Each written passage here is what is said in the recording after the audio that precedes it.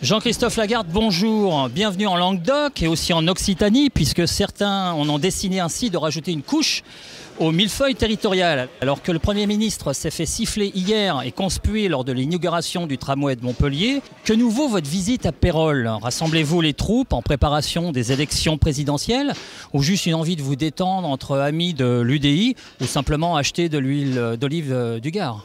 C'était aujourd'hui à Pérols la fête de l'UDI de l'Hérault. Il y avait également des amis du Gard, de l'Aude, de l'ensemble de cette région, mais essentiellement des gens qui venaient de l'Hérault, autour de Joseph Francis, le président de la fédération, qui est conseiller régional, et puis de nos candidats aux élections législatives, parce que l'an prochain, vous le savez, il y a les élections présidentielles et législatives, et ces élections, j'espère en tout cas nous y travaillons, elles doivent apporter non seulement une alternance, mais une réussite pour la France. Il y a eu tellement d'alternances qui n'ont rien changé, qui n'ont pas permis à la France d'avancer, que nous, on ne veut pas recommencer. Alors, c'est une des raisons pour lesquelles il faut se réunir, travailler. On avait un certain nombre de discours, mais surtout de questions-réponses pour travailler ensemble et réfléchir à ce que la France doit être demain pour qu'elle rejoigne le peloton des autres pays européens. Les autres en Europe, ils avancent. Nous, on n'a pas réussi à avancer, on a même reculé. Il serait temps que la France se reprenne. Ah, d'accord. Alors, que pensez-vous de l'idée du président de la République d'avoir créé de nouvelles régions, comme notre ex-région Languedoc-Roussillon, devenue depuis peu l'Occitanie? On nous avait dit au début que c'était pour faire des économies, puis les dirigeants des régions ont envie de préciser, peut-être pas dans un premier temps, et de fait, c'est un secret pour personne, l'État se désiste et donne de moins en moins d'argent aux régions.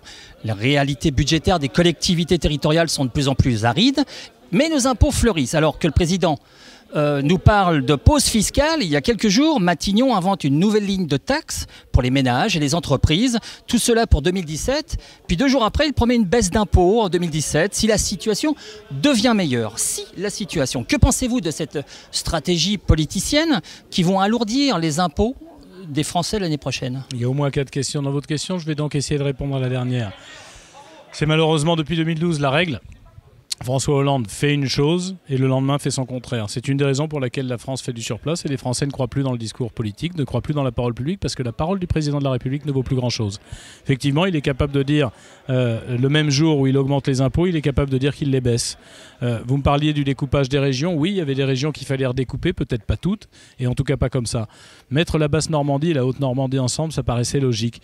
Mettre Midi-Pyrénées, Languedoc-Roussillon ensemble, ça paraît pas si évident parce qu'il n'a même pas réfléchi à ce que devait être le projet économique, le projet moteur, le projet territorial qui allait booster les régions. Faire des économies, ça n'en fait aucune aujourd'hui. On fusionne 2 administrations, ça paralyse même plutôt la direction de ces régions, des projets qu'elles devaient porter, qu'elles devraient élaborer. Donc je crois que cette réforme a été faite au forceps, principalement avec un objectif de constituer quelques grandes régions où il restait des socialistes à la tête.